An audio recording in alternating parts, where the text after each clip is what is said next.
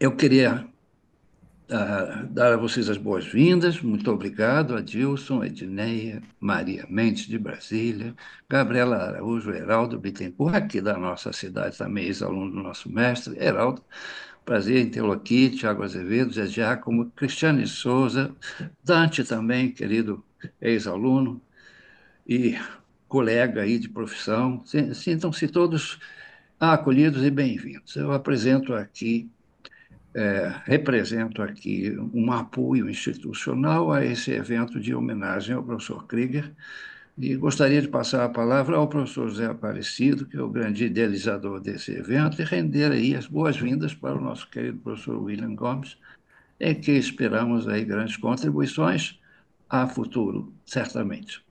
Por favor, professor Aparecido, faça as honras. Obrigado, professor Tavares, pela permissão de fazer uso da palavra. Com muita satisfação e sempre uma felicidade enorme estar compartilhando com vocês e todos aqueles que estão nos ouvindo. Eu confesso a vocês que sempre que estou junto de vocês, especialmente com o professor William, que eu tenho tido a dádiva de conhecer, talvez quase 40 anos, eu diria. É verdade, é verdade. Se a psicologia hoje alcançou uma posição de nobreza entre as ciências no Brasil, e o destaque que ela tem foi graças à presença, ao dinamismo, à dedicação, inteligência do professor William, que eu brinco muito carinhosamente, William James Gomes, porque o William James, como todos vocês sabem, foi um dos maiores pais teóricos da psicologia no mundo, mas nós conhecemos como o pai do pragmatismo norte-americano. O William Gomes, o nosso colega aí do Rio Grande do Sul, tem a mesma grandeza que o William James, porque se a psicologia hoje tem essas múltiplas facetas, múltiplas entradas, múltiplas saídas, e espelha um conhecimento bastante sólido. Alguns deles nós vamos trocar ideias, ou vamos debater, ou serão apresentados daqui a pouco. Nós devemos ao professor William Gomes. Eu sempre me preocupo em ser fiel às minhas tradições. Eu sempre digo que o meu passado me condena. E quando eu tive a oportunidade de conhecer o professor William, eu pensava que o professor William, por ter uma tradição mais fenomenológica e experimental, eu achava que ele ficaria mais nas narrativas de escritores. Mas qual não foi a minha surpresa verificar que o professor William é um grande apreciador de dados, é um grande apreciador da mensuração, um grande apreciador da experimentação, um grande apreciador e dedicado a estudar os processos sensoriais, a psicofísica de Weber, de Fechner e de Stevens. O professor William é um grande nome, é uma grande inteligência da psicologia brasileira. Eu poderia aqui listar para vocês uma grande quantidade de trabalhos, citações, índice H, fatores de impacto das revistas. Mas o professor William foi o fundador e primeiro editor da revista Psicologia, Reflexão e Crítica. Foi uma das primeiras, me lembro saudoso, que eu participei também do corpo editorial, junto com outros colegas brilhantes aí do Rio Grande do Sul. o quão difícil era ser editor, criar uma revista e manter, principalmente, uma revista. Porque, às vezes, criar as ideias nos parece muito fácil. Como dizia o professor Esteves, é muito fácil descobrir as coisas depois que elas foram descobertas. É muito fácil ter uma ideia, mas é muito difícil manter essa ideia, principalmente quando pensamos em revistas, e isso irá se concretizar no próximo ciclo de avaliação da CAPES. O professor William tem muitas contribuições, não só em publicações, não só em apresentações e participações de eventos, formação de jovens pesquisadores, que é algo muito importante. O Willi é aquela pessoa que sempre usa a terceira pessoa do plural. Ele raramente fala eu, ele sempre fala nós, no sentido de que ele tem o prazer, ele tem a satisfação de compartilhar com os outros, os seus alunos, os seus colegas, os seus trabalhos. E hoje nós estamos aqui reunidos para. Estou colocando aqui a minha imagem para lançar esse livro, organizado pelo professor Luiz Antônio, da UCP, compartilhado pelo Francisco dos Santos Cardoso, da UTAD, Universidade de Trás-os-Montes, professor Alberto Abad, e aqui nós temos um grande capítulo do professor Will, e com certeza ele irá versar ou irá comentar sobre essa temática aqui para vocês. A plataforma estava com. Está tendo ruído aqui, por favor. Ok, Tavares. Então é uma honra, é um prazer, sem mais demora, pedir e passar a palavra ao professor William Gomes, ao grande mestre com carinho. Por favor, seja bem-vindo.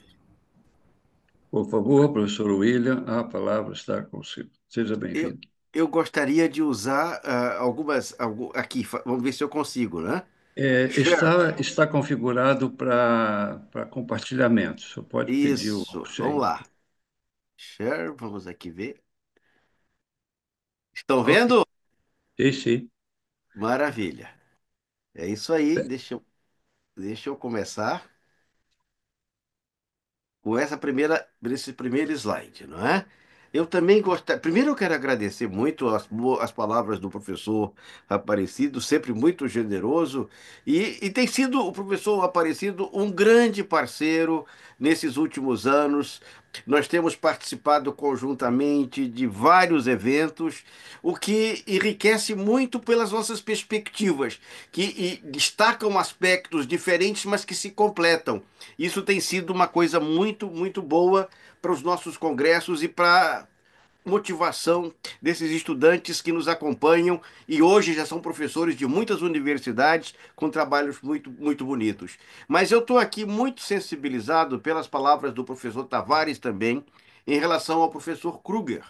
O professor Kruger tinha uma relação comigo muito curiosa, que eu sabia pelos seus alunos. Olha, o professor Kruger gosta muito de ti. Mas era muito curioso, porque eu só era um leitor do professor Kruger, não era uma pessoa que tinha contato com ele. Certamente ele viu alguma coisa que eu escrevi, ou me viu em algum evento, e ficamos amigos. Participamos, sim, de algumas mesas na reunião anual da Sociedade Brasileira de Psicologia, e a última oportunidade que tive de vê-lo foi exatamente numa dessas reuniões, que a gente até sentou para trocar umas ideias, né? E ele me fez questão de me dar os livros que ele levou para apresentar à comunidade. Então eu acho muito justa essa homenagem ao professor Kruger e muito justa esse livro que foi uma surpresa. Esse livro foi uma surpresa porque lá pelas tantas eu pergunto para o Luiz Antônio, mas o Luiz Antônio, e o livro? Como é que anda? Ele não se preocupe, o livro está em progresso. E quando eu menos espero, eu recebo 3 exemplares.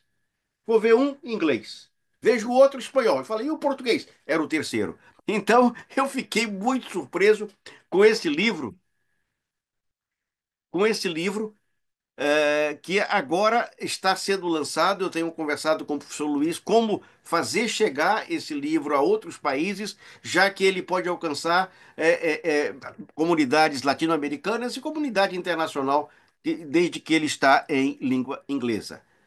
E eu coloquei o título em inglês, mas eu vou falar em português e os slides serão em português. E eu não quero me alongar muito. Aqui é uma homenagem a esse livro, que foi uma grande ideia, e a maneira mais justa e perpétua de se homenagear um grande pensador, um grande pesquisador, um grande professor, registrando essa homenagem num livro. O livro é alguma coisa que vai ficar, que vai permanecer nas bibliotecas e vai fazer não só a atualização com seus conhecimentos agora, mas também história para os anos futuros. O meu capítulo, que foi uma surpresa, eu de repente recebo do professor Luiz Antônio um convite. Olha, eu queria que você escrevesse um capítulo sobre história de estudos em cognição social, né? E eu tava saindo de viagem e ia aproveitando o tempo livre para juntar algum material e construir esse capítulo. Ah, e ele vai ser um capítulo muito curioso, porque vai ser um capítulo muito mais de filosofia da ciência, um olhar de filosofia da ciência sobre o estudo de cognição social. Mas é sempre bom começar uma apresentação com a definição mais simples que você pode encontrar, que é a definição de cognição social. Qual seria uma definição simples que todos pudessem entender? A grandeza desse conceito. Eu digo a vocês que esse conceito de cognição social, e vou mostrar isso no decorrer dessa palestra, é a pedra angular do conhecimento psicológico. Eu fico impressionado que essa grande síntese, esse despertar, veio tão tardiamente. Hã? Então, como que a gente pode definir essa coisa tão importante na nossa vida como modo como, vejam só, modo como pensamos sobre nós mesmos, sobre os outros e sobre as situações sociais que vivenciamos. Como se nós pudéssemos escapar das situações sociais. Continuando, o processo mental que utilizamos para interpretar, analisar e responder às informações que recebemos do mundo social. Olha, eu vou dizer uma coisa para os amigos. Essa definição é a síntese da primeira aula dos nossos programas de História da Psicologia aqui na Universidade Federal do Rio Grande do Sul. Porque o que mais me empolga no estudo da história da psicologia e voltar aos tempos mais remotos é que o fenômeno psicológico, as manifestações psicológicas estavam lá, não é? Porque é exatamente nesse processo de interpretar, analisar, responder que nós construímos as nossas crenças. Um assunto tão caro para o professor Kruger. E quando se estrutura, como é difícil de mudar? Os terapeutas que nos contem. Como eu vou encaminhar essa discussão? Eu vou primeiro revelar o meu viés. E a maneira de você ser honesto na academia é dizer de onde você fala. Então eu estou aqui como historiador da psicologia que tem um viés ontologista. E qual é a minha grande questão? Aí eu encontro esse grande terapeuta chamado Carl Jung, que entendia a psicologia como um grande campo. E essas palavras são exatamente dele. Já que somente existe um psiquismo, não deveria existir tão somente uma psicologia? O meu olhar é da filosofia da ciência. E na filosofia da ciência, nós temos quatro parâmetros, que são as quatro grandes divisões da filosofia. Nós temos a questão ontológica, essa difícil distinção entre gnoseologia e epistemologia. A confusão se deve à língua inglesa. Gnoseologia referindo-se a conhecimento e epistemologia referindo-se à certificação do conhecimento. O que eu sei é realmente o que eu sei? Como eu sei que o que eu sei é o que eu sei? Como eu sei que o meu conhecimento é válido? Então, são dois conceitos que parecem que se tratam das mesmas coisas, mas tem uma importante discussão, uma importante distinção que se perdeu com a hegemonia da língua inglesa. Claro que vem a lógica e, para a psicologia, especialmente a axiologia, os valores. E aí tem dois aspectos, a ética e a estética, mas aqui é que estão os costumes e aqui que estão os estudos de como as pessoas agem nas suas relações. Ou seja, e a psicologia vai começar exatamente aqui, por esse último item que a gente chama de ética, nesse sentido de costumes e caráter. Qual o problema? O problema está aqui. Porque esse conceito de ontologia é facilmente falsificado por um outro conceito que nós chamamos de ontoaxiologia. O que quer dizer isso? É quando se perde a clareza de qual o objeto que você está estudando ou vai estudar, que objeto que é, e você constrói um objeto em cima dos seus valores. Quando você faz isso, você quebra a conjuntura desse sistema ontológico que se distingue em partes simbólicas e partes não simbólicas. Mas quando você mantém essa perspectiva ontológica claramente e destacando que os objetos eles são hierarquicamente relacionados, você está fazendo uma epistemologia ética. Mas quando você toma os valores, vão na frente, e os valores definem o objeto, você faz uma ética epistemológica. Qual a diferença dessas duas éticas? Nessa ética epistemológica, a epistemologia ética, você procura ser fiel àquilo que você está observando. Nessa ética epistemológica, você conduz a epistemologia para se adequar aos seus valores que criaram uma ontologia.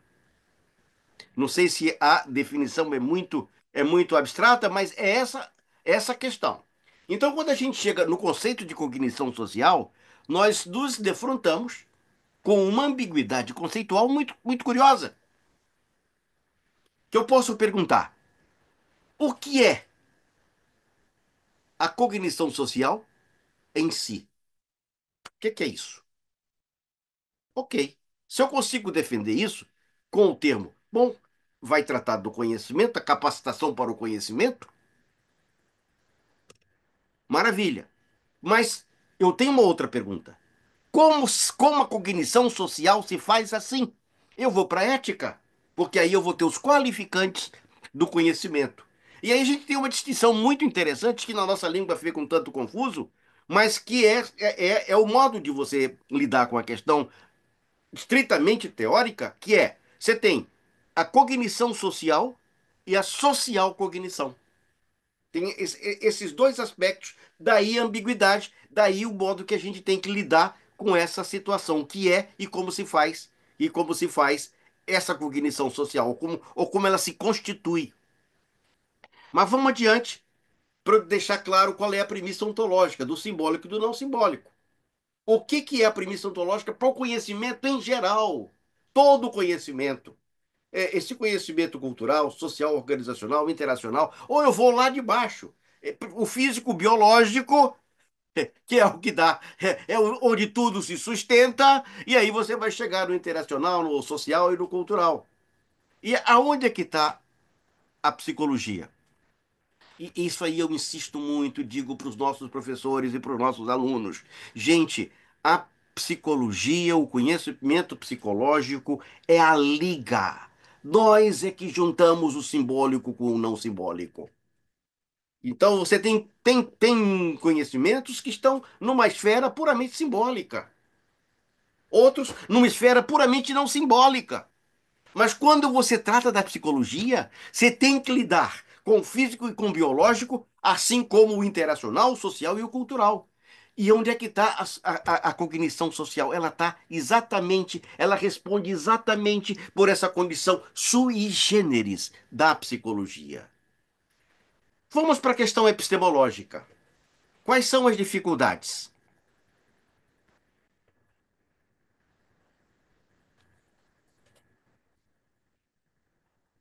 Ah, eu tenho quatro dificuldades. A primeira dificuldade: quando insuficiências metodológicas encaminham para divisões ontológicas inconsistentes. Nesse caso, eu tenho uma fragmentação do objeto. Fascinação epistemológica: quando promessas de rigor e objetividade científica levam ao empobrecimento ontológico. Aí você tem uma redução do objeto. Surpresas epistemológicas: quando metáforas tecnológicas promovem o retorno à noção ontológica. Opa, revisão de objeto. Quarto, desafios epistemológicos: quando novas perspectivas teóricas prometem considerar o pluralismo metodológico, diversidade teórica, sem comprometer a pluralidade ontológica, relação entre objetos. Gente, e no meu entendimento, na minha avaliação, e esse livro que agora está sendo lançado é exatamente um exemplo dessa faceta, dessa história do conhecimento psicológico. E eu quero dizer que isso não é crítica. Não é crítica. Isso faz parte do movimento científico. A ciência, ela é uma aventura. Quando a gente se lança para uma pesquisa, quando a gente escolhe instrumentos, não necessariamente seremos bem-sucedidos, mas o esforço valeu a pena e deve ser publicado como indicativo. Olha, esse caminho pareceu venturoso, mas não foi. Então eu organizei o capítulo em três partes, extremamente didático. E ficou muito bonitinho na tradução em inglês. Meu agradecimento ao tradutor. Circunscrição do grande campo da psicologia. Aí nós vamos para a circunscrição do subcampo da psicologia social para chegar na circunscrição da especialidade cognição social. Gente, esse quadro que eu vou mostrar agora é uma síntese do pensamento psicológico na metade do século XIX. Todo esse conhecimento estava lá à disposição. E é curioso que esses dias eu estava trocando ideia com uma colega historiadora da psicologia, a professora Raquel, da Universidade Federal de Minas Gerais, ela me chamando a atenção de como filósofos mineiros da metade do século XIX definiam esses conceitos. Evidentemente que era uma definição com um teor religioso e um teor poético, mas essa identificação que eu estou mostrando aqui, e insistentemente eu mostro isso nas minhas apresentações, essa concepção vem desde o pensamento psicológico lá da antiga Grécia. Mas agora eu vou acrescentar um dado muito importante. Esse quadro reúne os três aspectos fundamentais da psicologia: o afetivo, o cognitivo e o conativo. Isso vem de um senhor chamado Tetens, lá final do século XVIII. E os senhores estão notando aqui o termo inconsciente. Esse termo foi extremamente trabalhado por Schopenhauer e Nietzsche, principalmente o conceito da vontade, que os senhores lerem o que o Schopenhauer escreveu sobre vontade, os senhores vão encontrar muito da inspiração que depois veio a ser o pensamento psicanalítico. Mas se a gente vira a página e vai para o século XX,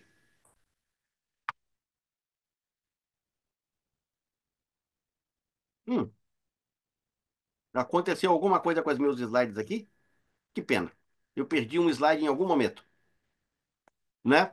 Eu queria mostrar o quadro da psicologia no século XX. Aconteceu alguma coisa com o slide, infelizmente. Mas vejam só, caminhos e descaminhos da noção de cognição. Vamos fazer esse percurso. Ó, em Heráclito, já estava lá o termo cognição como conhecer, entender e compreender. Descartes vê o rex extensa e o res cogitans. Wolff, esse seria assim a primeira escola de psicologia propriamente, psicologia das faculdades. Tem duas: facultas cognoscitova e facultas apetitiva. Aí vem para Tétens, afeição, cognição, conação. Kant, o conceito de cognição era central no seu pensamento. Wundt, estuda a cognição com o método experimental na tradição lockeana. Mead, que teve a felicidade de estudar com Wundt e estudar com Ebbinghaus e Dilthey. Gente, que formação, meu caro professor Aparecido. Ele aprendeu tanto o aspecto experimental, as medidas e a psicologia descritiva de Dilthey. E aí ele resolve um impasse metodológico importantíssimo. O que acontecia? O Wundt fazia uma psicologia experimental não social versus uma psicologia social não experimental.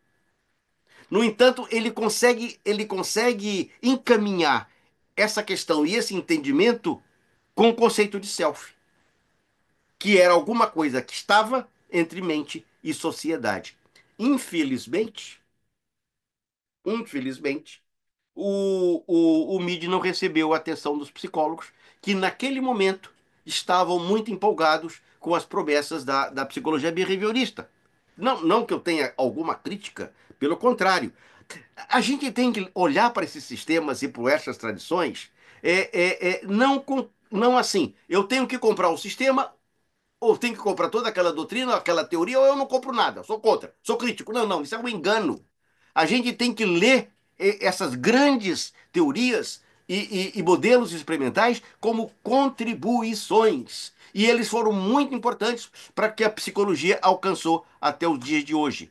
E aqui eu sublinho essa importante contribuição de Tétens, que influenciou Kant e que mudou a maneira, ampliou a maneira do Wolff pensar entre dois, cognição e afeto. Ele não, afeto, cognição e conação. Aqui está. Aqui está o que eu queria mostrar para os senhores. Aqui está. Isso é a psicologia do século XX. No meio do século XX, a gente tinha esse quadro de psicologia, com esses. Isso aqui eu sempre mostro nas minhas apresentações porque é de uma importância fundamental. Se nós não temos clareza desses paradigmas, a gente vai fazer uma psicologia pela metade. Eu monto esse quadro em cima da teoria semiótica, inspirada em Charles Peirce. Professor Aparecido, Charles Peirce foi o primeiro a realizar experimentos nos Estados Unidos. Charles Peirce. Tá? Então, o que a gente tem aqui? A gente tem a tradição filosófica, experiência, consciência, comportamento, a tradição que vem da evolução, ambiente, organismo, adaptação, e a tradição que vem da psicanálise e da literatura. E da literatura, do pensamento literário, sentido, agência e linguagem. Mas se a gente lê sentido, experiência e ambiente, você tem o mesmo conjunto de preocupação e um complementando o outro. A mesma coisa, a linguagem, os behavioristas definem linguagem como comportamento. Eu posso definir inconsciente como comportamento. Então você tem linguagem, comportamento e adaptação. Gente, isso são recursos que a psicologia tem, e no meio desses recursos, lidando com essas coisas, juntando essas coisas, você tem, você tem a cognição, percepção, imaginação. Eu faço muita ênfase nessa distinção em percepção e imaginação. São os dois recursos que alimentam a consciência, sendo que um você observa, o outro vem internamente, que é a imaginação. Né? E o Peirce, ele vai juntar esse quadro de uma maneira muito curiosa. Ele vai primeiro dizer assim: primeiro, o objeto perceptível funcionando como signo. Então, quer dizer, a consciência vai lá, encontra um objeto material com o qual se tem um conhecimento perceptivo, e o que faz essa primeira chamada, essa primeira sedução é o afeto, e aí você tem os efeitos significantes adequados dos sinais. Isso que é o comportamento. E aí você tem ao mesmo tempo um quadro que mostra as duas maneiras de você ver e caminhar pela psicologia. Ou você vai das funções, e aqui estamos nós da neurociência, para a, a, a, a, a linguagem, a agência, o sentido, ou aí vem o outro modo. Você quer vir do sentido para ambiente, organismo e adaptação. Na verdade, o que ocorre e o perigo que ocorre é as reduções. Ou se tende à redução ao ambiente, organismo e adaptação, seria uma redução à psicobiologia ou uma redução a uma psicologia mais tipo a psicanálise, nesse sentido assim, mais abstrato e mais subjetivo. Aí eu chego em psicologia social. E esse quadro é um quadro das primeiras aulas de psicologia, de história da psicologia. Gente, a psicologia social está ali. O que forma o indivíduo? O que forma o indivíduo é o social. Aqui está a cognição social. Essa gente está trabalhando junto, essa gente está cooperando, essa gente está competindo, essa gente se organiza como grupo, essa gente está desenvolvendo empatia, essa gente está desenvolvendo impressões, crenças. Quando eu peço a inteligência artificial, chat GPT, para me dizer como é que você representaria a psicologia social, ele não me representou a psicologia social. Ele me representou a socialização. Mas quando eu vou lá para o meu querido Haroldo Rodrigues, comparando o, o primeiro, a primeira edição desse histórico livro, de uma importância enorme para a psicologia no Brasil, Psicologia Social, de 1972 e 2015, o que, que vai acontecer? Nesse 2015, vamos encontrar um capítulo sobre cognição social. E aqui está as grandes forças sociais e os grandes temas da maior importância para o estudo dos grupos, das organizações, da individualidade, das impressões. E nesse sentido eu fui muito influenciado pelo Cartwright Sander. Tive o prazer de visitar lá o instituto que eles criaram na Universidade de Michigan, numa experiência muito curiosa. Eles chegaram lá perguntando se eles podiam desenvolver um trabalho de dinâmica de grupo, construir um instituto. A universidade disse para ele, com todo o prazer, desde que vocês consigam os recursos. Eles conseguiram os recursos e construíram um enorme instituto dedicado ao estudo da dinâmica de grupo e das questões sociais. E esse livro muito surpreendente, que me acompanha desde o meu doutorado, a aplicação da psicologia social à prática clínica. Então, o que que acontece aqui? Você tem tantos processos intraindividuais, e eles são sociais, como você tem os processos interativos, pessoas, grupos.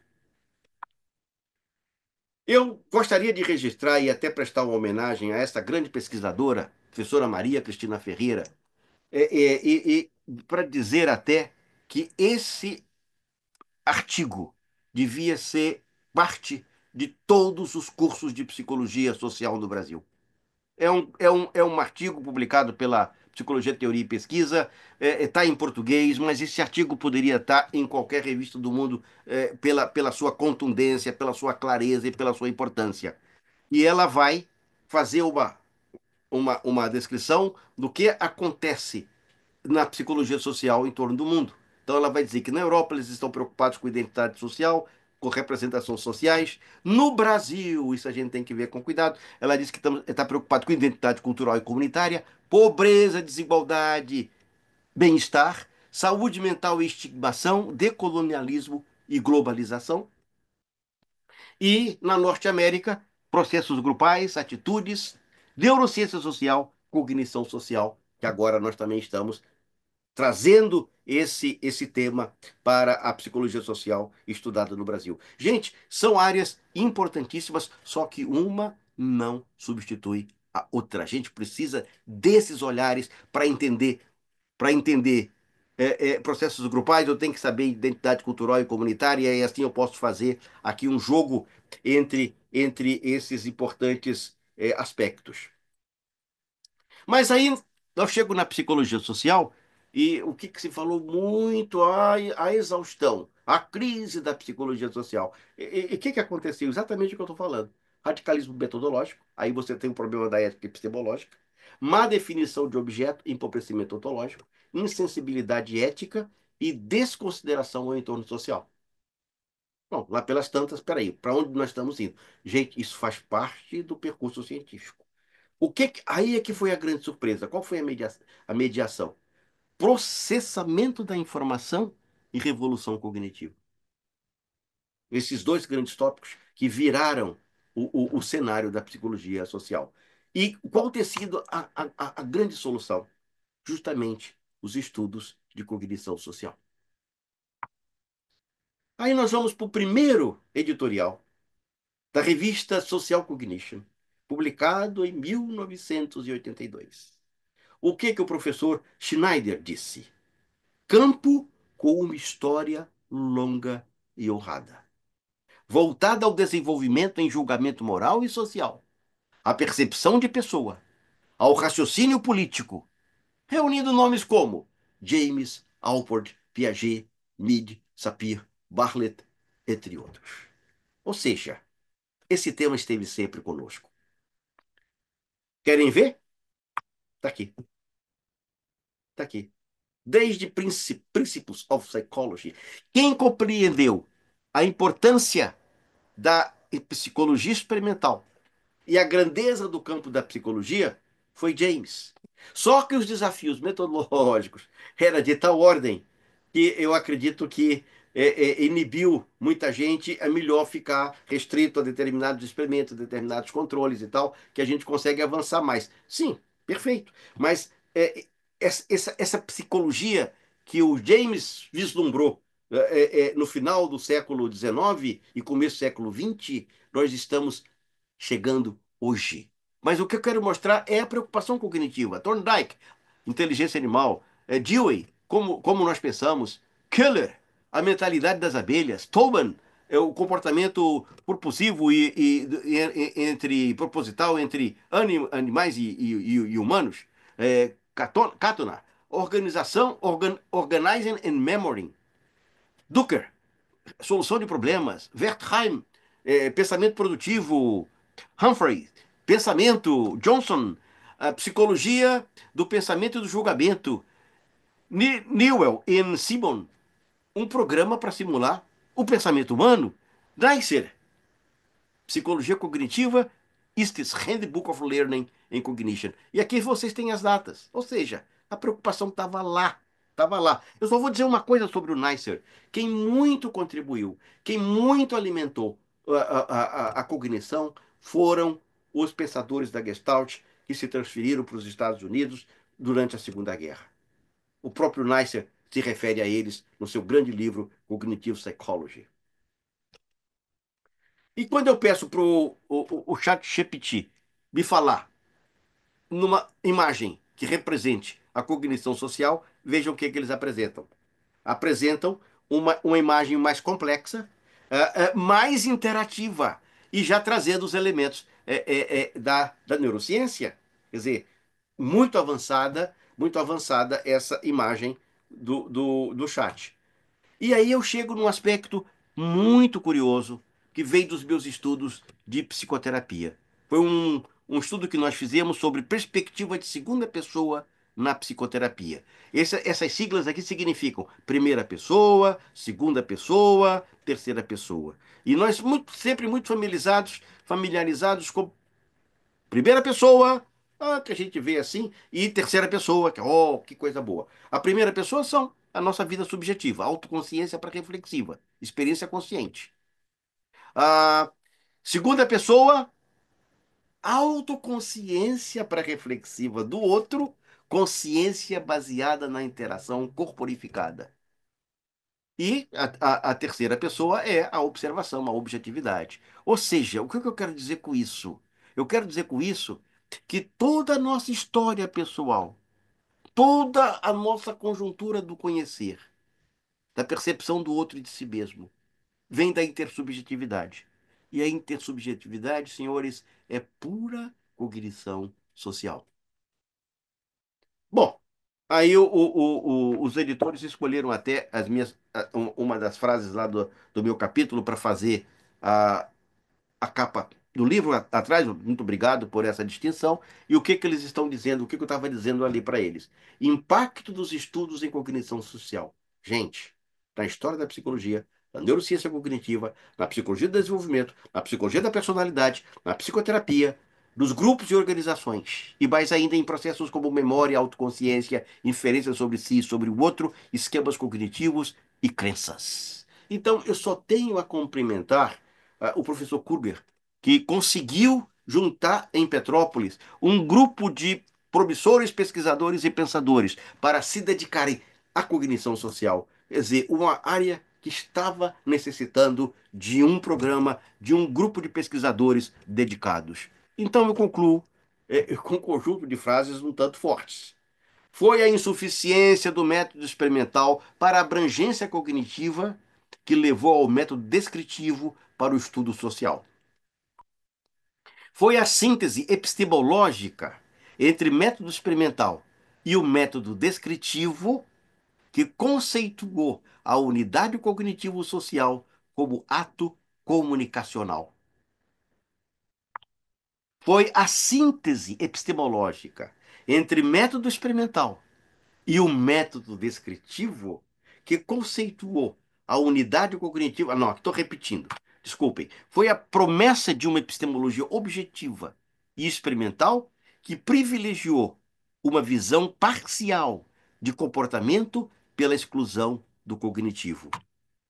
Foi a visão parcial do comportamento e a não compreensão da dimensão cognitiva da psicologia que levou à crise da psicologia social da metade do século XX. Foi o impacto tecnológico de uma metáfora epistemológica, processamento da informação, que promoveu a reconciliação da psicologia com uma de suas partes, a cognição. Foi o retorno ao cognitivo que propiciou os estudos em cognição social. A aceitação e o crescimento destes estudos atestam que eles atendem a uma grande demanda do campo psicológico. Muito obrigado.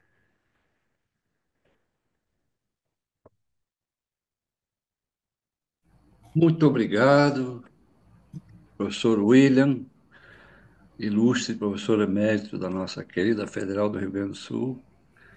Foi um prazer enorme compartilhar esses saberes e o entendimento dos dois aspectos, tanto o epistemológico quanto o aspecto ontológico, né, que dá conta daquilo que é a cognição social e de como ela interfere, como nessas últimas palavras o senhor citou, a comunicação entre as pessoas e a contribuição para a promoção da saúde e do bem-estar através dessa tão falada terapia da palavra. Acho que o senhor teve uma grande felicidade em tecer não só o de onde vem, mas também aponta para aonde vamos com a cognição social. Sem dúvida, vamos levar em consideração suas valiosas palavras. Eu passo agora a palavra para o nosso querido professor José Aparecido, para que também preste suas homenagens ao nosso querido professor Helmut Kruger. Muito obrigado, professor Tavares. Obrigado, William. É sempre um prazer ouvi-lo. E eu vou aproveitar os seus amplos e profundos comentários, principalmente começando da definição de cognição social, só que agora eu vou chamar definição ampliada, porque você tocou bem o problema operacional da definição de cognição social, então eu vou partir da ideia de que nós possamos ampliar essa definição e para chegar às dimensões que eu quero abordar. Então, vamos começar pela definição. Eu tenho aqui umas colocações que todos vocês são muito similares àquelas que o professor William, só que eu vou trazê-las para o contexto da medida, um pouquinho da neurociência, trazendo um pouquinho a perspectiva de que podemos encontrar no futuro, a era que todos nós estamos falando da inteligência artificial. Aliás, recomendo vocês assistirem o programa do Fantástico, que aborda, em parte, essas grandes ideias. Antes de ontem, no domingo, no Fantástico, ao se comentar na série sobre as mentes digitais, os pesquisadores abordaram o que nós chamamos de inteligência artificial geral.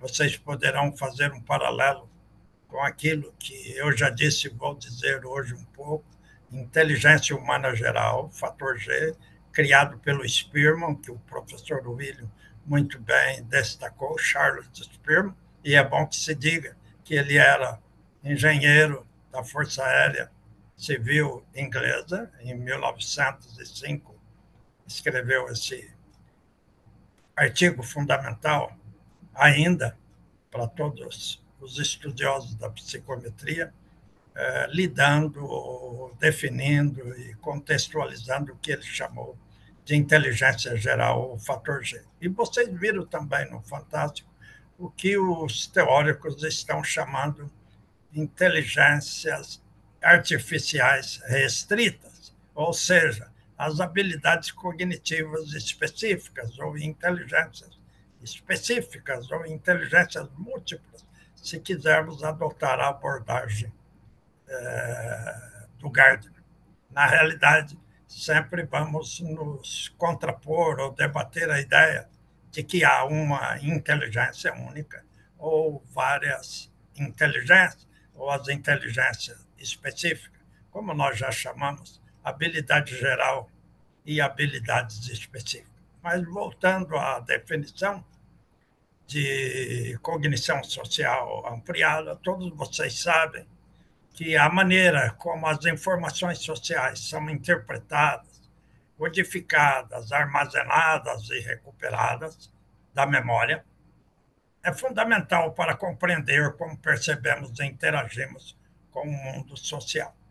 Vou acrescentar que não estou compartilhando tela. Tá? Eu estou tentando relembrar aqui o que já escrevi. Então, não se preocupem se nada aparecer na tela. Vou me recusar hoje a usar o PowerPoint, porque tenho feito uso intensa e profundamente usando o uso do PowerPoint. Hoje não vou usar. A cognição social, como o professor William muito bem colocou, representa uma abordagem científica dentro da psicologia social, dedicada a estudar esses processos, com sua ênfase nas estruturas e processos cognitivos subjacentes ao comportamento social. A cognição social também tem muito em comum com a psicologia cognitiva. Eu já observei nos comentários gerais que alguém pergunta sobre o papel da psicologia cognitiva. Depois, um pouquinho no debate, nós poderemos trazer à tona esse papel da psicologia cognitiva, em especial a sua metáfora de que podemos entender o cérebro, a mente, a partir do processamento de informação, especialmente do ordenador, do computador, ou essas maquinarias mais inteligentes que usamos hoje. No entanto, cognição social não é sinônimo de qualquer um desses campos. Além disso, não é associada a qualquer teoria ou vinculada a qualquer área específica de pesquisa. É um grande guarda-chuva, é uma grande área nova, é bom que se diga. Em vez disso, ela examina uma ampla gama de questões sobre como as pessoas formam impressões e atitudes, fazem julgamentos sociais e tomam decisões sociais. Volto a dizer, o professor William muito bem enfatizou essas dimensões que nós vamos trazer novamente aqui à tona. É importante dizer que, tal como o William, professor William, meu amigo William, eu tenho um viés de formação. Como eu disse, o meu passado me condena. Então, um pouquinho diferente, mas na mesma direção. O professor William foi muito claro. Nós nos complementamos.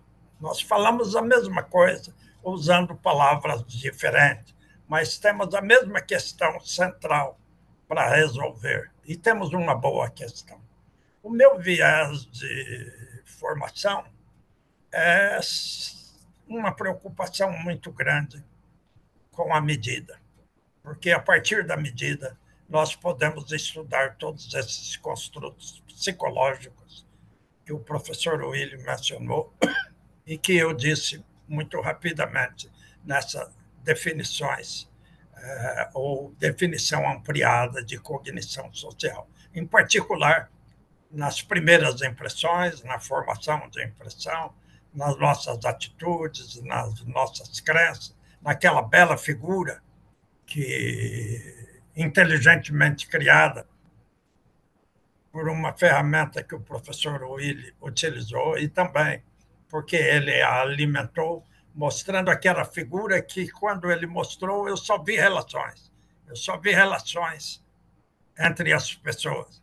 Então, em geral, nós devemos destacar que a cognição social poderia ser, ainda que eu não goste de usar, sinônimo de interações contínuas entre as pessoas ou entre organismos, porque tem uma área, um domínio da cognição social, que é a teoria da mente, que envolve como eu penso que o meu cachorro pensa, como eu acho que o meu cachorro ou qualquer outro organismo me entende. Não é? Então, nós fazemos teorias sobre a mente de outras pessoas e de outros organismos. Eu sempre acho que o meu cachorro me entende. Eu sempre digo de alto e bom som que a única pessoa, no sentido bonito do termo, que consegue mandar em mim é o meu cachorro. E faço jus a isso, vocês poderão entender. Mas, dentro da definição do professor Willi e daquela que eu disse agora há pouco para vocês, envolvendo crenças, comportamentos, atitudes, formações e impressões, nós, essencialmente, dentro da psicologias, nós estudamos construtos psicológicos. Já em vários momentos, eu já disse sobre isso. E aqui parabenizo alguns das pessoas, ou dos colegas que estão compartilhando conosco a nossa aula hoje, elogiando alguns que estão em Angola, no belo continente africano. Já é 4 horas a mais, mas eles estão aqui compartilhando conosco. Eles ficaram nossos fãs e nós ficamos fãs deles. Eles acabaram de realizar um congresso que eles chamaram Congresso Angolano de Neurociência, e eu aproveito para parabenizá-los pela grande conquista, grande iniciativa. Os objetivos e as missões foram alcançados. Isso faz parte da cognição social, das interações entre as pessoas. Então, nós estudamos construtos psicológicos. Vamos situar alguns. Vamos começar pelo o amor. O amor é um construto psicológico e nós estudamos hoje muito do amor, as suas múltiplas facetas, porque se tornou um construto psicológico fundamental com as ferramentas da neurociência hoje, neurociência cognitiva, comportamental e afetiva, nós podemos entender melhor as manifestações diferentes do amor. Um outro construto psicológico que é muito interessante dentro da cognição social e tem começado a ser mais estudado nos últimos anos é a dor. Inclusive, é bom que eu diga de alto e bom som, e aproveito para parabenizar a deputada Érica Cocai, que, juntamente com o nosso presidente, acabaram de decretar que o SUS, Sistema Único de Saúde no Brasil, um gigante, funciona bem, até onde eu conheço, agora regulamentou o atendimento multifacetado da dor, inclusive a dor social, a dor física, que são homólogas ou estimulam áreas cerebrais similares.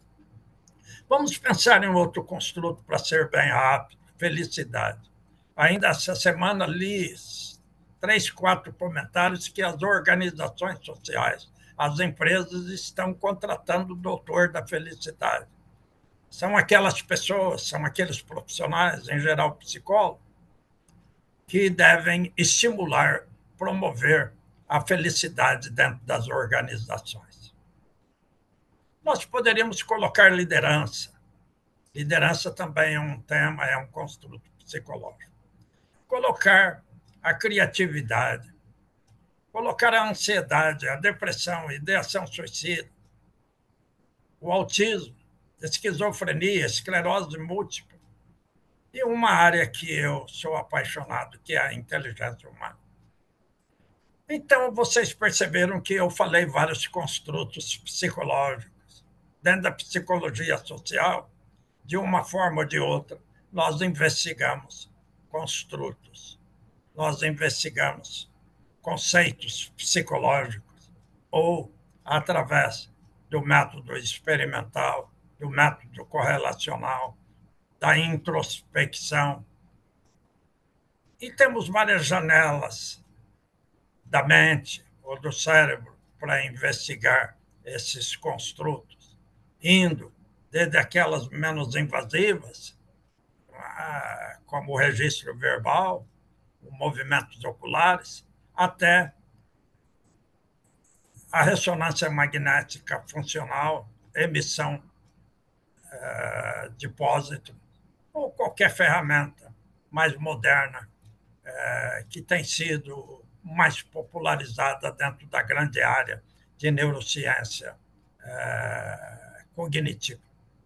Mas quando nós pensamos em investigar qualquer um desses construtos, nós precisamos pensar em algumas questões fundamentais. Eu já disse isso em outro contexto e vou repetir hoje dentro da minha breve aula. Eu vou chamar de 9 grandes dimensões, ou 9 questões, que constituem a minha matriz de raciocínio para investigar ou analisar todos os construtos, toda a psicologia, para ser muito arrogante e muito aberto, ou para investigar temas que estão inseridos dentro da grande área, dentro do grande guarda-chuva, que é a cognição social, sem particularizar qualquer domínio. A primeira questão que devemos fazer é quantas dimensões tem o construto que estamos investigando. Eu vou pegar sempre 2 para ilustrar. Eu vou pegar um que eu gosto muito, a ansiedade. Dizem que a ansiedade é a doença, ou é a manifestação que permeia a nossa vida diária, porque nós vivemos num mundo complexo e com pressa, e em tempos excessivos. Esse dia, no Roda Viva, um pesquisador que trabalhou com o William, com certeza, a Sylvia Kohler, a Angela Biaggi, em tempos saudosos, o Jonathan Haidt, que escreveu um famoso livro que varreu o mundo, virou best-seller, chamado Geração Ansiosa. Ele esteve no Roda Viva, uma gravação, e mostrou claramente o impacto que o livro dele está tendo nas agências governamentais, em governos os mais variados, inclusive no Brasil, que tem proibido que os nossos jovens menores de 16 anos, 14 anos, continuem utilizando na sala de aula o smartphone, porque o smartphone, em geral, tem provocado elevado a ansiedade. Mas a pergunta que quero fazer aqui, dentro do nosso contexto, é se a ansiedade é uni ou multifacetada. Tem um tipo só ou tem variáveis? Nós falamos atualmente a ansiedade digital, mas nós temos a ansiedade social, ninguém gosta de ser olhado pela lente dos outros, o microscópio dos outros parece que ampliam as nossas falhas, as nossas limitações afetivas e cognitivas, e por isso nos deixam ansiosos. Mas pense na inteligência. Quantas inteligências nós temos? Na tela da Globo, nesse domingo, no Fantástico, falaram que as inteligências artificiais podem ser restritas, podem ser múltiplas, podem ser específicas. E também falaram que tem uma inteligência artificial geral. Nos meus escritos, vocês sempre vão ouvir aquilo que tenho dito de alto e bom som. Se temos uma ou temos várias inteligências. Eu advogo a ideia de que temos uma, porque todas as outras habilidades se correlacionam entre si, e por isso gera o fator G de Spearman, que o professor William lembrou, Charles Spearman, o grande nome da correlação de ordem, e que os geneticistas atualmente, em 2024, utilizam o conceito que ele cunhou em 1904 e 1905, que chama-se fator G, ou General Cognitive Ability, ou habilidade cognitiva geral. O tempo passou, mas nós parecemos fazer a mesma coisa. Vocês podem perguntar quantas criatividades temos, quantas formas de liderança, de amores, de dores. Vocês nomeiam o construto. Uma pergunta central vai ser sempre se temos uma ou se temos várias dimensões. Então, para estudar, para investigar, para mensurar, para promover, para enriquecer, para tratar, para manejar, para manipular, para o bem ou para o mal, nós precisamos saber quantas dimensões tem esse construto. Esse é um grande domínio dentro da área de cognição social, ou dentro da neurociência, depois vocês vão perceber, ou dentro da psicologia em geral. A segunda pergunta, que eu sempre faço, e recomendo a todos pensarem quando estudarem construto em qualquer área do saber, é perguntarem quais são as influências ambientais ou genéticas. Eu fui formado numa escola conhecida, tradicionalmente, que era a filosofia da psicologia daquela época, que era o behaviorismo radical skinneriano de Watson. Eu fui formado numa escola behaviorista aqui em Ribeirão Preto, que eram e continua ainda sendo muito forte. Às vezes nós generalizamos dizendo análise experimental do comportamento. Eu estou dizendo isso porque a ênfase naquela época era de que tudo era provocado pelo ambiente. As contingências ambientais poderiam ser a dimensão ou as dimensões mais importantes para determinar o comportamento. Eu tive o prazer de viver mais tempo e agora, a partir de 2000, convivo e leio muito, até escrevi um livro sobre genética da inteligência, onde todos falam do projeto Genoma, que não alcançou tanto sucesso quanto foi propagado ou esperado, mas cumpriu uma grande parte da sua missão. Como tudo na ciência é um progresso contínuo, nós não paramos nunca de crescer, felizmente, especialmente dentro da ciência. Isso é belo da natureza humana. Estamos sempre revelando os segredos da natureza humana.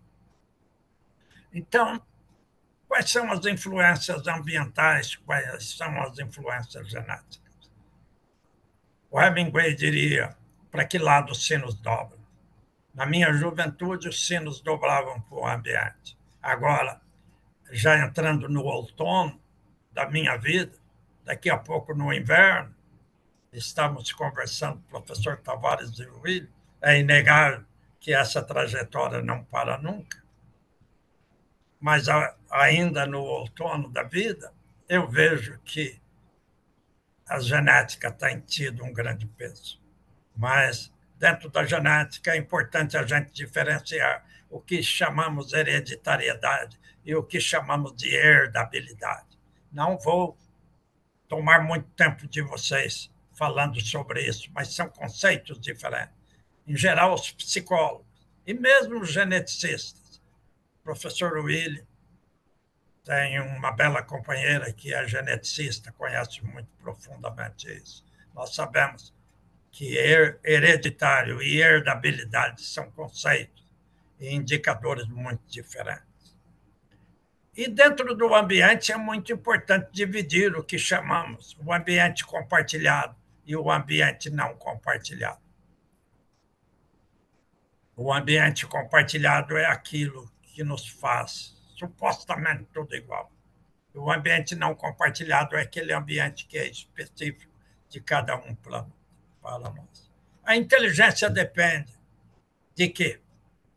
De influência genética, influências ambientais, talvez 50%. O autismo depende das influências genéticas, das influências ambientais. A cor dos olhos, ninguém discute que as influências genéticas são fundamentais. A esquizofrenia. Pense na ansiedade. Pense no medo à pandemia. Pensem na depressão, no autismo, na criatividade, na liderança. Eu sempre pergunto. O Nelson Mandela, que talvez para mim foi um dos maiores líderes da minha geração, ficou quase 30 anos preso. Ele se tornou um grande líder, certamente. Ele aprendeu ou ele nasceu líder?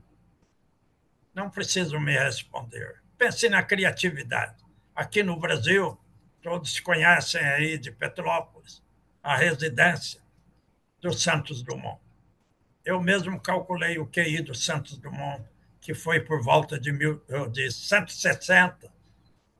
De 160. Veja, na época do Santos Dumont, os testes estavam começando a serem popularizados e ele não submeteu a um teste qualquer. Mas a gente pode estimar a inteligência dele a partir do que ele fez, que continua tendo efeito na humanidade. E continuará tendo efeito na trajetória humana. Mas a gente aqui nos interessa é perguntar: a inteligência do Santos Dumont foi dependente genuinamente do ambiente? Ele era muito rico, não podemos esquecer, ou das influências genéticas? Esse é um grande dilema da psicologia, que acompanha toda a psicologia, que debater sempre o efeito da nature and nurture, da natureza e da criação. Mas vamos passar para a terceira pergunta. Muitos de vocês, certamente, perguntam nos dias de hoje e continuarão perguntando, apesar de termos feito um curso a Internacional de Neurociência, que teve 200.000 visualizações, 20 mil participantes. É a palestra do professor Will, e vou falar de alto e bom som, foi a mais altamente visualizado, alcançando quase 20 mil visualizações, um recorde dentro da área da psicologia, eu posso garantir.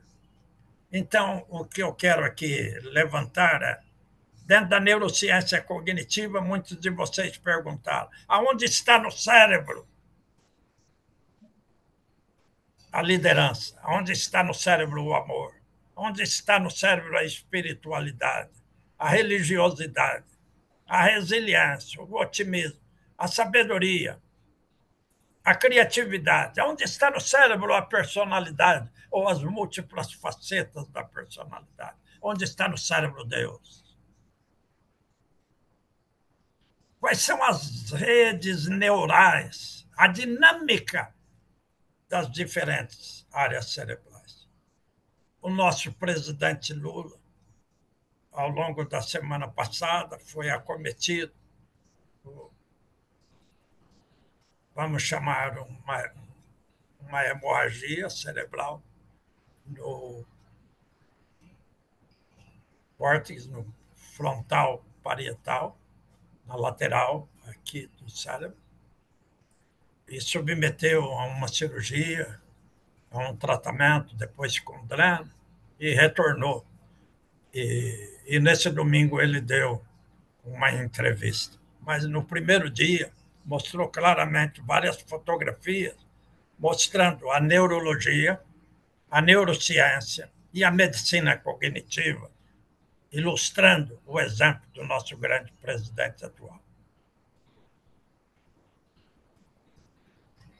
Aliás, podemos perguntar, ele aprendeu a ser líder? Ou ele nasceu líder? Não precisam me responder. Mas uma questão que foi colocada é que se haveria alguma disfunção cognitiva futura em função da lesão, ainda que dita superficial, que o acometeu. Na entrevista da Globo, eu acompanhei atentamente, eu pude perceber que ele respondeu cognitivamente bem e se exaltou quando falou da política nacional e quando se tocou no bem-estar de seu povo. Então, ele respondeu, no meu entender, bem, no sentido cognitivo, afetivo e emocional. Esperamos que continue assim. Então, um grande problema que nós estamos sempre estudando nos dias atuais, dentro da cognição social, no passado nós fazíamos uso das escalas, o professor William, muitos de vocês já usaram, escalas de registro verbal, um padrão ouro dentro da psicologia. Nós também fazíamos observação, um método correlacional, um método experimental, de campo e no laboratório. E num passado mais distante, nós usávamos córtex, fragmentos do cérebro morto, pós-mortem, para analisar os efeitos de alguma lesão conhecida, para descobrir, para revelar. Agora nós podemos estudar o cérebro de forma usando ferramentas não invasivas, como a ressonância magnética funcional, para analisar como o cérebro funciona quando estamos liderando, respondendo um teste verbal, um quebra-cabeças, uma palavra cruzada, um teste espacial, um videogame, como algumas pessoas colocaram na nossa grande rede, não é? Jogos, em geral, mostram muito sobre a capacidade cognitiva das pessoas. O importante é nós podemos estudar o cérebro em ação, em movimento, fazendo as coisas, sem ter necessidade de lesionar ou de acompanhar um cérebro, ou as lesões que foram provocadas, e depois analisar como isso impactou a trajetória, o desenvolvimento, os indicadores cognitivos, afetivos, emocionais, comportamentais. Nós vamos conhecer muito ainda sobre como o cérebro funciona. Uma outra questão dentro da grande área de cognição social e da psicologia como um todo, é se é possível melhorar, enriquecer, fomentar, treinar. É possível fazer uma pessoa ser mais feliz, como os jornais têm vendido essa semana, ter um diretor de felicidade para deixar os funcionários mais felizes? Ou existe um set point? Ninguém pode ultrapassar o seu limite biológico, diria alguém. Será que podemos melhorar a nossa inteligência? Como podemos aprender a bater falta, a incestar? Será que podemos ser um Michael Jordan, uma Rebeca, a Raíssa, grande skatista brasileiro, tricampeão mundial?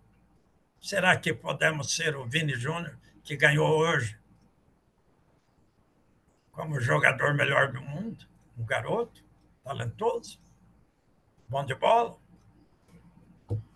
Ou ser o Messi, como os estudiosos dizem que ele tem olhos no cérebro em todo lugar?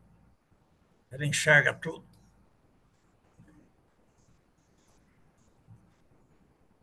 Vocês devem tomar cuidado, e eu alerto, com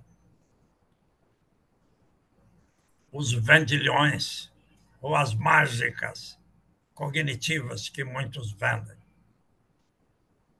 Não acreditem em tudo, sempre façam um cheque se é possível realmente melhorar muitas das nossas habilidades cognitivas, que alguns pregam que são possíveis. Uma outra questão que é fundamental, e eu acho que eu e o professor William e eu, compartilhamos, que só é possível progredir em grande parte na ciência se nós podemos mensurar. Vocês já me ouviram falar muitas vezes a frase de Max Planck, grande físico alemão, que certa vez, em algum momento, disse: só é real o que pode ser mensurado. Eu gosto mais de uma frase do Thorndike, se não me falha a memória, um psicólogo, que certa vez disse, jamais esqueci dessa frase: se alguma coisa existe, ela existe em certa quantidade, Não pode não. pode ser mensurada. Eu sempre gosto de repetir 3 vezes, mas hoje só falarei uma vez. É muito possível mensurar, inclusive a dor. Nós temos que tornar visível.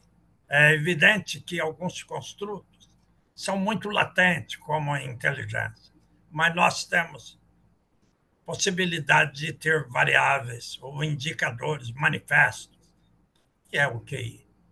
Ninguém vê a temperatura, mas nós percebemos seus efeitos no ambiente, no trabalho, na vida, no cotidiano. E o mais importante, nós podemos mensurar a temperatura em Celsius, em Fahrenheit, em Kelvin. Quando estudei física, fui professor de física, eu usava a escala Kelvin, mas muita gente, em todo lugar, aqui no Brasil, fala Celsius. Quando vivi nos Estados Unidos, nós falávamos Fahrenheit. Mas é possível mensurar. Uma outra dimensão muito importante, e eu quero chamar a atenção de todos vocês.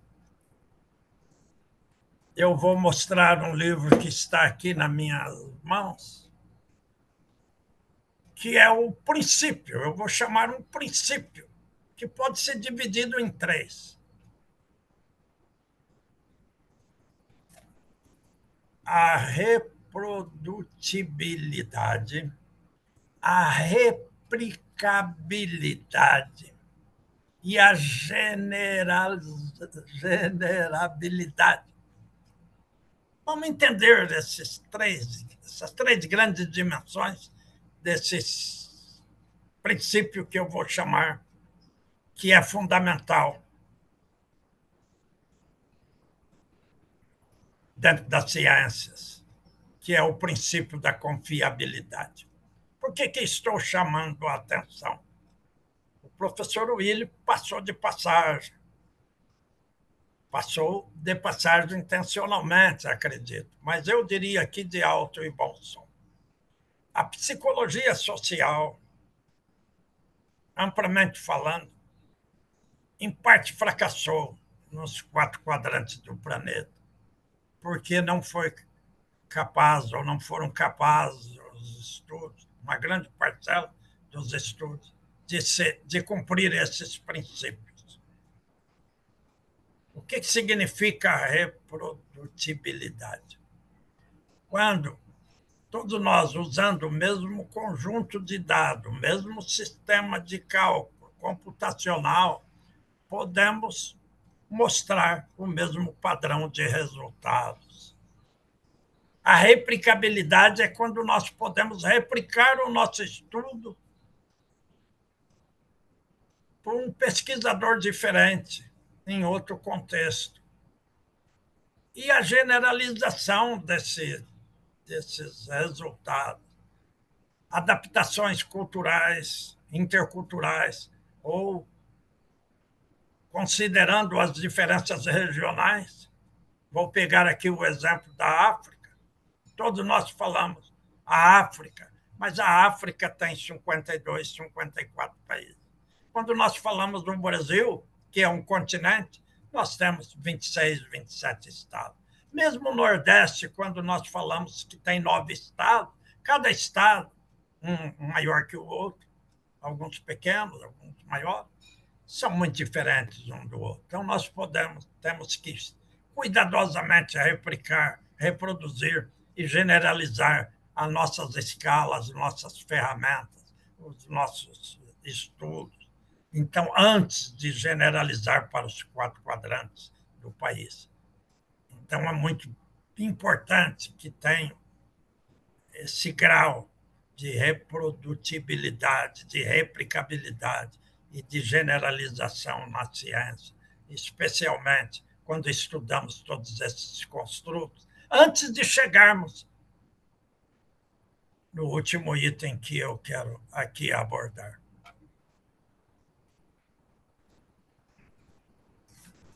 As implicações sociais, econômicas, educacionais, políticas, sanitárias, terapêuticas, religiosas, vocês nomeiam.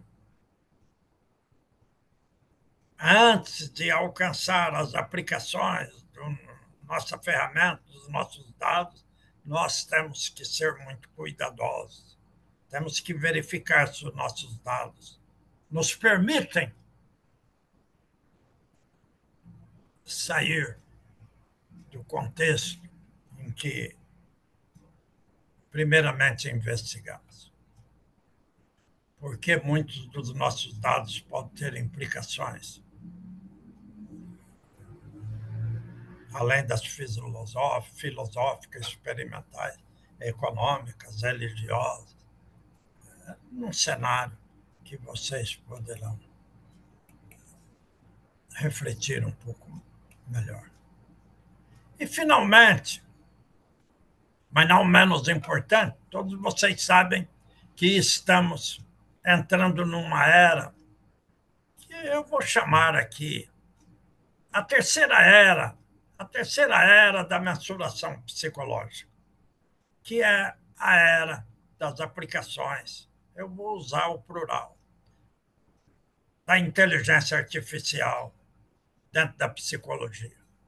Para qualquer lado que vocês olham hoje, vocês se deparam com o uso da inteligência artificial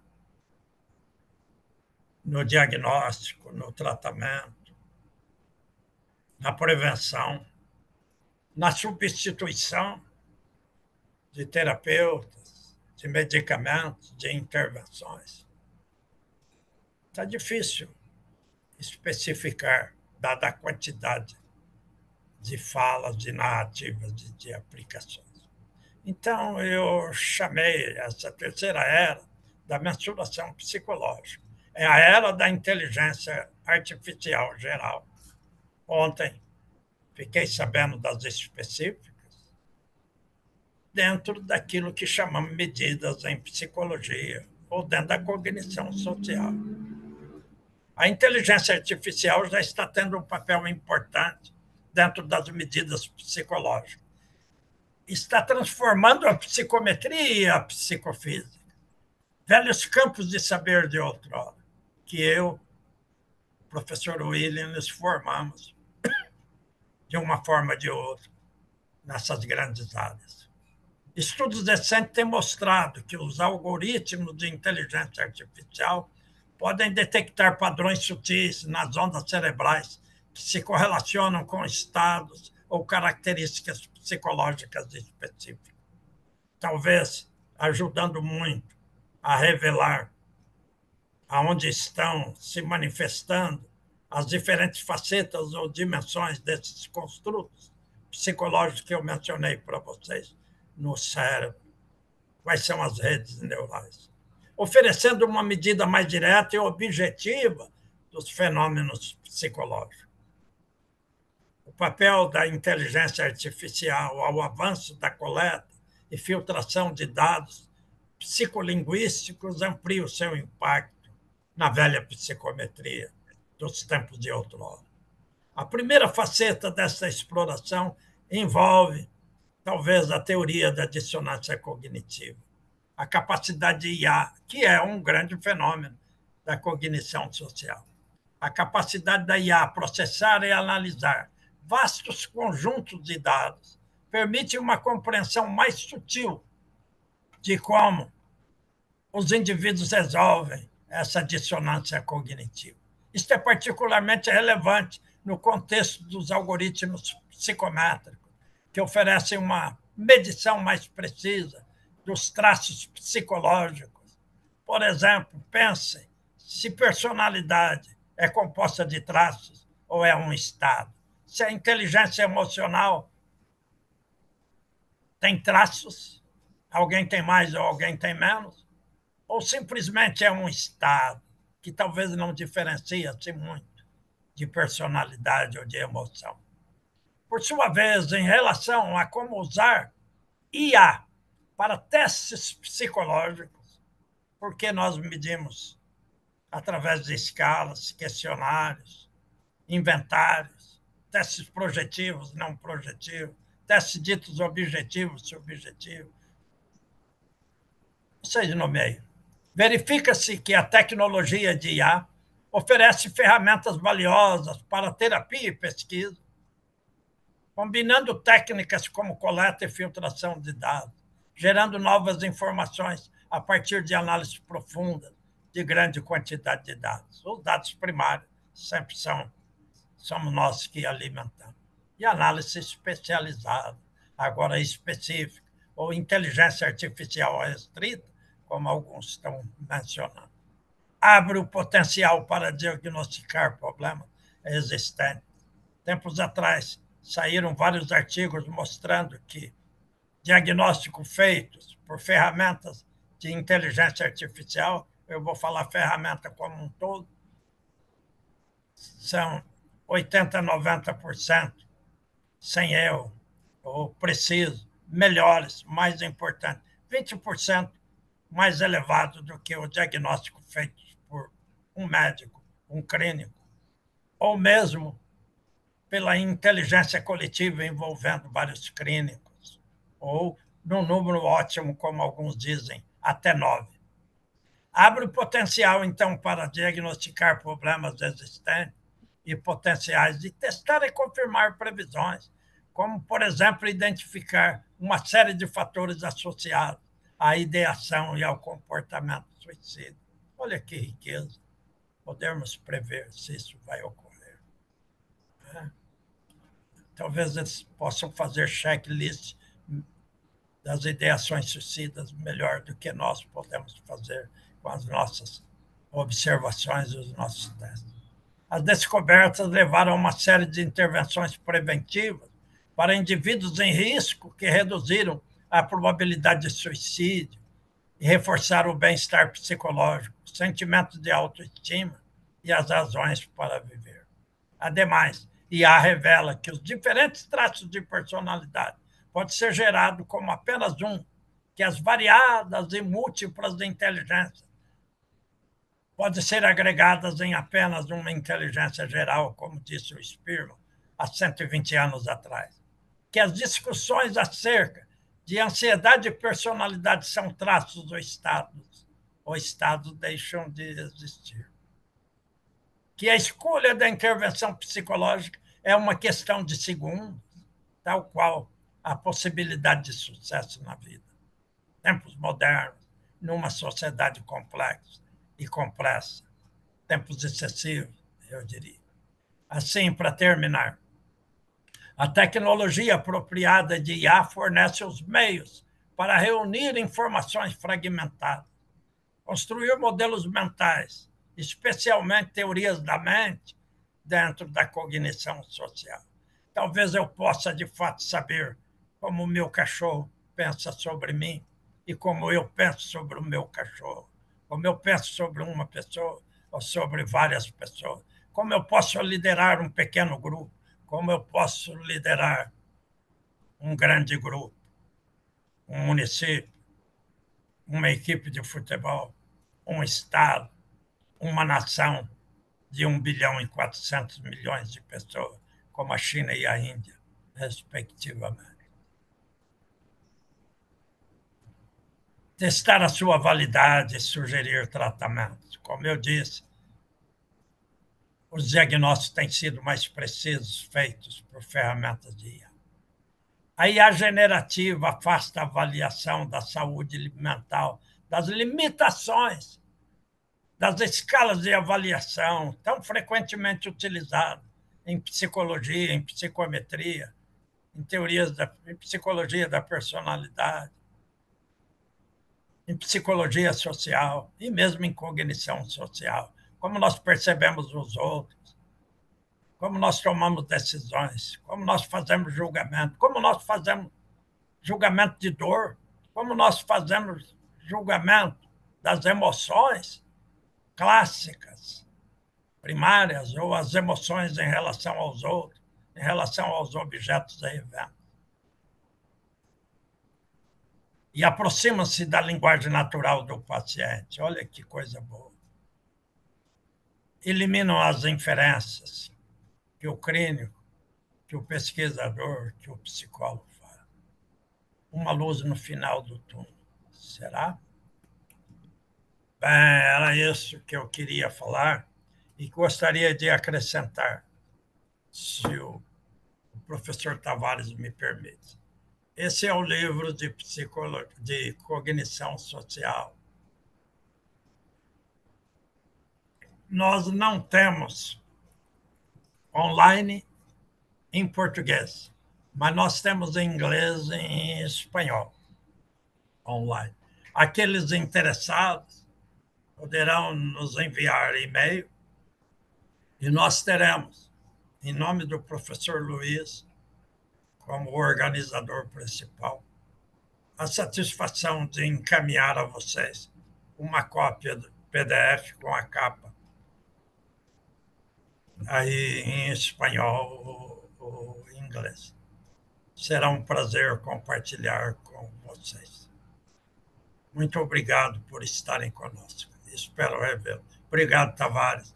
Obrigado, professor. Obrigado a todos que estão conosco.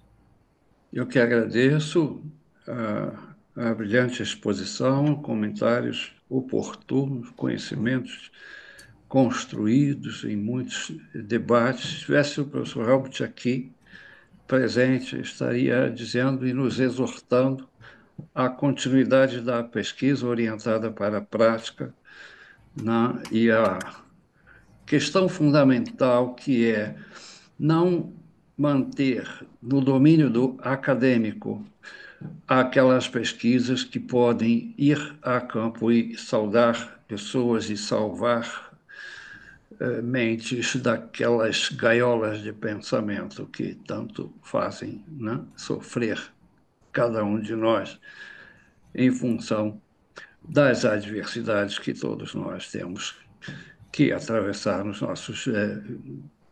nossos afazeres do dia a dia.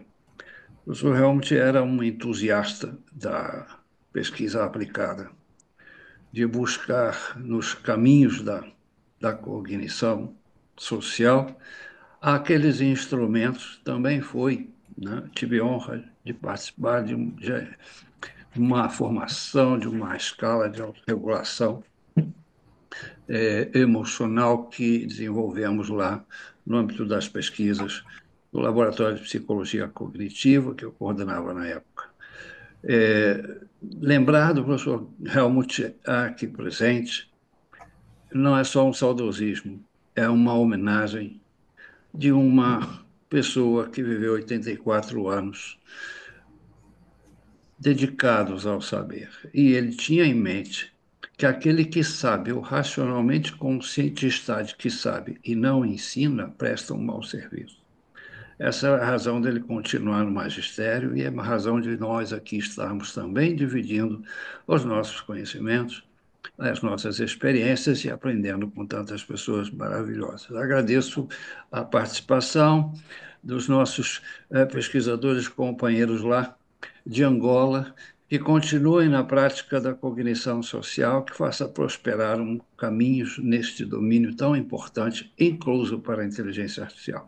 Não se faz inteligência artificial sem o conhecimento do social e das interações sociais, de modo a elucidar e explicar os fenômenos da mente humana enquanto compreendendo as agruras do viver. Contudo, precisamos pensar que o lugar de Deus está e não há uma inteligência humana ou artificial capaz de chegar nesse ideal de onipotência, onipresença e onisciência. Podemos, sim, observar que a inteligência artificial nos ajudará em muito. A inteligência artificial generativa está aí para mostrar. Nós temos hoje também os programas agênticos, que são programas que têm autonomia e delegação de responsabilidades. Tudo fica muito difícil nós dedicarmos a nossa saúde física ou mental exclusivamente a um robô. Eu imagino que a inteligência artificial, em caráter advisory assistencial, sob a competência de um humano devidamente preparado, fará bom uso e expandirá essa capacidade do humano em fazer o bem para humanos. Penso que a inteligência artificial não é um perigo para nós, porque ela não sabe perguntar, não ainda. Como disse o Einstein um dia, é uma boa máquina que sabe responder perguntas, mas será respeitável apenas quando ela souber fazer as perguntas. Isso é da ordem da inspiração e da criatividade, como bem falou o professor José Aparecido, nesses boundaries, nesses limites entre o que é ou o que não é da característica humana. Fosse o homem capaz de caber no modelo, certamente uma IA geral poderia suportar esse modelo. Mas que bom que somos criativos e evoluímos sobre nós mesmos. Nós não somos o mesmo tipo de pensamento de 15 séculos atrás, embora a criatividade sempre exista e sempre existirá. Enfim, é sempre uma discussão bastante interessante, e não é apenas uma ficção científica. Nós sabemos que a inteligência artificial está aí a permear os nossos meandros da vida. O mais importante é saber que esses algoritmos estão aprendendo com humanos, e estão repetindo padrões humanos, e os fazem com muita rapidez e precisão. A questão que se coloca é: o limite ético está sendo respeitado ou não? Na medida em que eu uso um chat GPT e proponho os meus estilos, a minha assinatura intelectual, o professor Aparecido a sua, o professor William a sua, esse mecanismo de aprendizagem de máquina está a se apropriar de algo que tem uma assinatura de pertencimento. Nós deveríamos refletir bastante sobre isso, porque haveremos de nos defrontar um dia com um clone de nós mesmos, e aí não sabemos mais quem é quem. Então, eu acho que é uma grande discussão. Isso me leva de volta aos idos de 84, 86, quando o professor Helmut liderava um grupo de estudos sobre a inteligência artificial, teoria da mente, em que estimulava a nós a seguir os seus caminhos. Muito obrigado, professor William Gomes. Prazer enorme conhecê-lo, professor José Aparecido, mais uma vez. É uma honra poder colaborar com o senhor. Eu estou aqui recebendo, através do meu Zap, pedidos de escusas do professor Luiz Antônio, porque tentou de todas as maneiras de onde está entrar na internet, mas não lhe foi possível, porque a tecnologia não ajudou a ele neste momento, mas agradece aos professores essa honra dada ao professor Krieger. Senhores que estão aqui, senhoras que estão aqui assistindo, muito obrigado por estarem presentes e que a memória do professor Krieger e os esforços ainda muito prodigiosos dos professores Aparecido e William prosperem em 2025 e, quiçá, muito mais adiante. Obrigado a todos, tenham todos aí uma boa noite, boas festas e um feliz ano novo. Obrigado, professor Aparecido, obrigado, professor William, e que hajam outros momentos como esse.